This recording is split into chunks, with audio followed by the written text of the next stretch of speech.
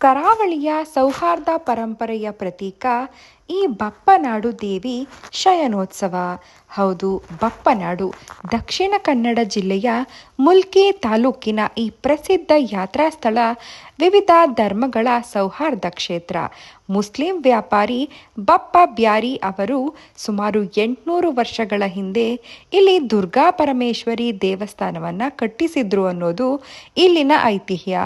ಶಾಂಭವಿ ನದಿ ತಟದಲ್ಲಿರುವ ಈ ಕ್ಷೇತ್ರದಲ್ಲಿ ವರ್ಷಾವಧಿ ಜಾತ್ರೆ ಪ್ರಯುಕ್ತ ನಡೆಯುವ ಶಯನೋತ್ಸವ ಬೇರೆಲ್ಲೂ ಕಾಣಸಿಗದ ವಿಶೇಷ ಆಚರಣೆ. ಶತಮಾನಗಳಿಂದ ಹಿಂದೂ ಮುಸ್ಲಿಂ ಐಕ್ಯತೆಗೆ ಸಾಕ್ಷಿಯಾದ ದೇವಸ್ಥಾನವಿದು. ಮಲ್ಲಿಗೆ ಹೂವನ್ನು ಹೆಚ್ಚಾಗಿ ಬೆಳೆಸುವುದು ಕ್ರೈಸ್ತರು. ಶಯನೋತ್ಸವವು ಈ ಮೂರೂ ಧರ್ಮದವರನ್ನ ಬೆಸೆಯುತ್ತದೆ. ಕರಾವಳಿಯ ಸೌಹಾರ್ದ ಪರಂಪರೆಯ ಪ್ರತೀಕದಂತಿರುವ ಈ ದೇವಸ್ಥಾನ ವರ್ಷದಿಂದ ವರ್ಷಕ್ಕೆ ಹೆಚ್ಚು ಭಕ್ತರನ್ನ ಆಕರ್ಷಿಸ್ತಾ ಇದೆ. ಬಪ್ಪ ಬ್ಯಾರಿ ಎಂಬ ಮುಸ್ಲಿಂ ವ್ಯಾಪಾರಿಯ ಸ್ಮರಣಾರ್ಥ ಅವರ ವಂಶಸ್ಥರಿಗೆ ಇಂದಿಗೂ ಕೂಡ ಜಾತ್ರೆಯ ಸಂದರ್ಭದಲ್ಲಿ ಮೊದಲ ಗೌರವ ಅಂದರೆ ಪ್ರಸಾದ ನೀಡುವ ಸಂಪ್ರದಾಯ ನಡೆದು ಬರ್ತಾ ಇದೆ. ದೀಪೋತ್ಸವ ಮತ್ತು ದೇವರ ಭೇಟಿಯ ಕಾರ್ಯಕ್ರಮ.